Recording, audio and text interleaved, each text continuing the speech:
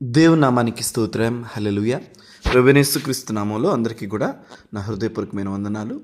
కొలస్సీలకు రాసిన పత్రిక 3వ అధ్యాయం 2వ వచనం.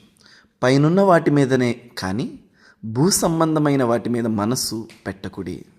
నిన్నటి దినాన్ని కూడా మనం ఇదే మాటని ధ్యానిస్తూ వస్తాం. చూడండి, పైనున్న వాటినే వెతకుడి కానీ అసలు పైన ఏమున్నాయి? భూ సంబంధమైన వాటి మీద మనసు పెట్టొద్దన్నాడు.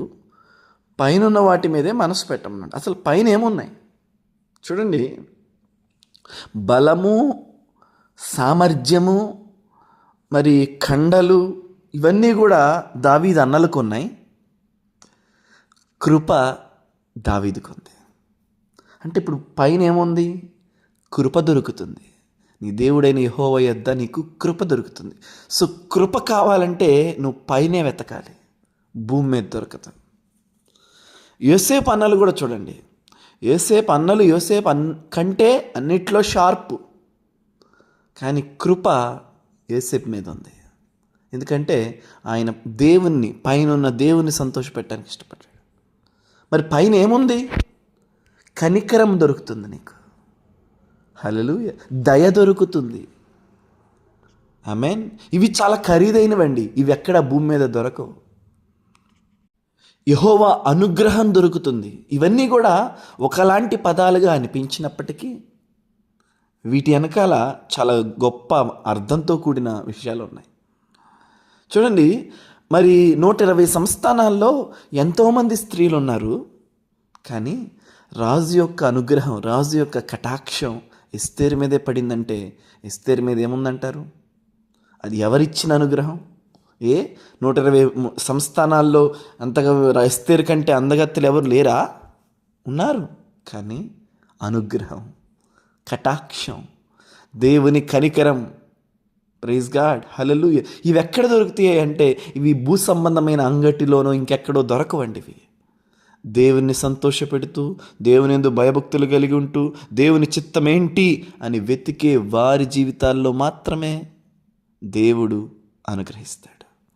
అందుకనే పైనున్న వాటి మీద, సో ఏమున్నాయి పైనున్న?